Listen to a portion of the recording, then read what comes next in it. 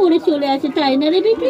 তার কাছে অর্থ চাইলে তোকে উল্টো বাক্য শুনিয়ে দেয়, দেয় বেটি? সে অধৈর্য হয়ে যায় বেটি, সে যেন বিরক্ত পরিপূর্ণ করে বেটি, আর তুইও তার উপরে চেতে যাস, তাই না বেটি?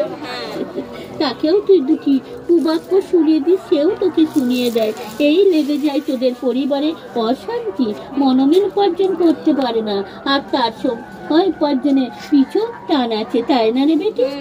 সে সবসময় দেখবি তোকে কুবাক্য পরিপূর্ণ করে তোকে ঝাঁকিয়ে ওঠে, তোকে উপার্জন করে বেটি। একটি তামার মান্তুলি নেয়, হাত তেল জল পরিপূর্ণ করে ব্যবহার কর, আর দাসি উঠলে শুনে নে। তামার মাদুলি নিয়ে আসো, তামার মাদুলি নিয়ে এসো, তেল জল নিয়ে আসো, মা উঠলে মায়ের কাছ থেকে শুনে নেবে।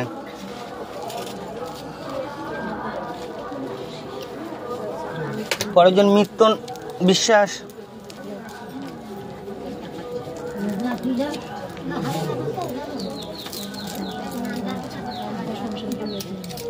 না, সংসারের জন্য আইছি।